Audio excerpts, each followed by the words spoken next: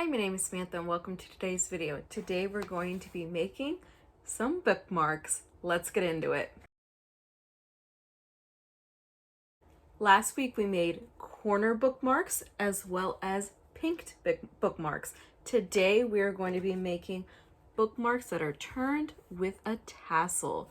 So like with the other ones, there is no strict measurement. Stay between 2 and 3 inches wide, and then 7 to 8 inches tall is a good frame of reference. Here on this tassel, I have 6 inches of ribbon folded.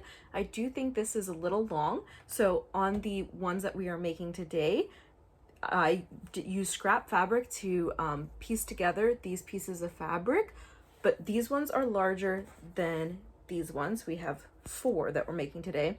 So on the smaller ones, I'm going to use a 4-inch piece of ribbon, and then on the bigger ones, I'm going to use a 5-inch piece, and we're going to see which one's better.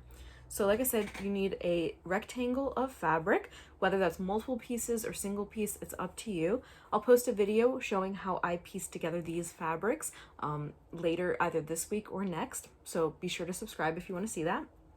But what I've got here is some quilting cotton, and then on one side I put some fusible interfacing. And as you can see, this doesn't have to be precise.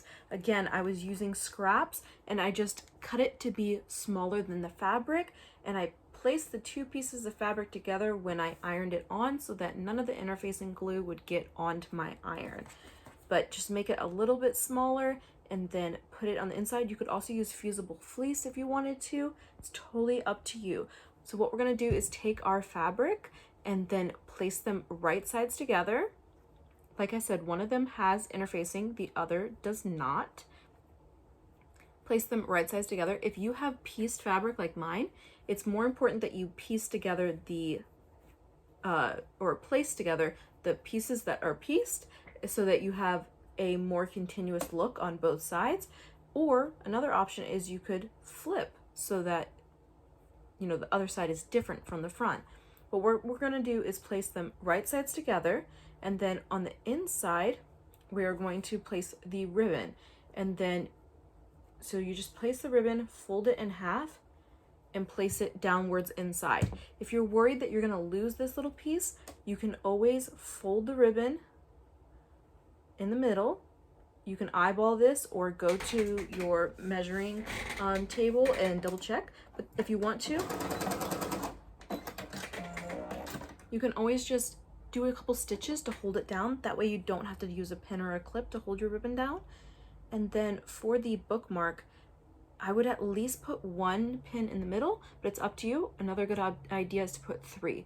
But we're going to sew this on 3 sides, leaving an opening. So you can leave it on the side or you can leave it on the bottom. It's up to you. I'm going to just sew a bit on either side on the bottom here so that I have perfect corners, so that I can turn it right side out. If you were to only sew on 3 sides and then turn it right side out, when you fold in the bottom, it's really hard to get a precise corner. So I'm going to go ahead and sew this.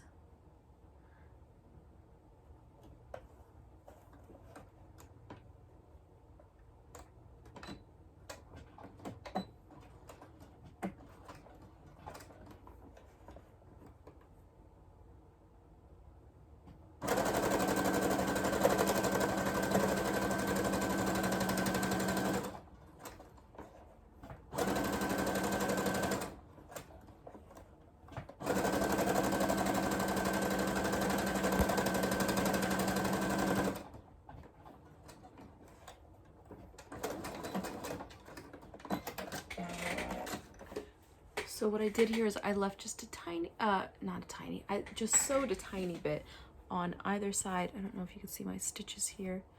A little bit here, a little bit here, so that I have perfect corners. So now we are going to trim the 4 sides.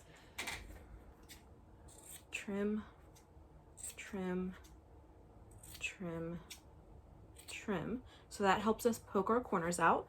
And then we are going to trim all the sides except for the side with the opening, and do not cut your stitches.